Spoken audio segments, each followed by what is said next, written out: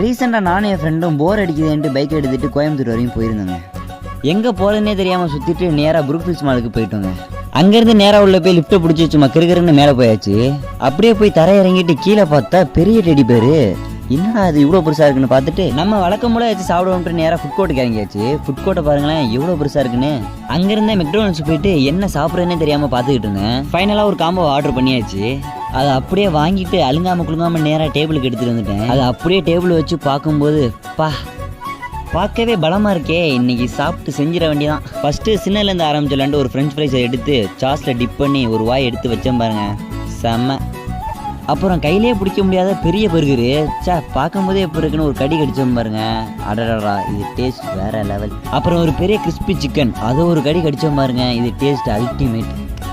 இவ்வளோ ஐட்டத்தையும் சாப்பிட்டுட்டு கோக்கை மட்டும் மிச்சம் வச்சா நல்லா இருக்காதுல்ல, அதை ஒரு சிப்பு அடிச்சா அவ்வளோதான், சோழி முடியும்.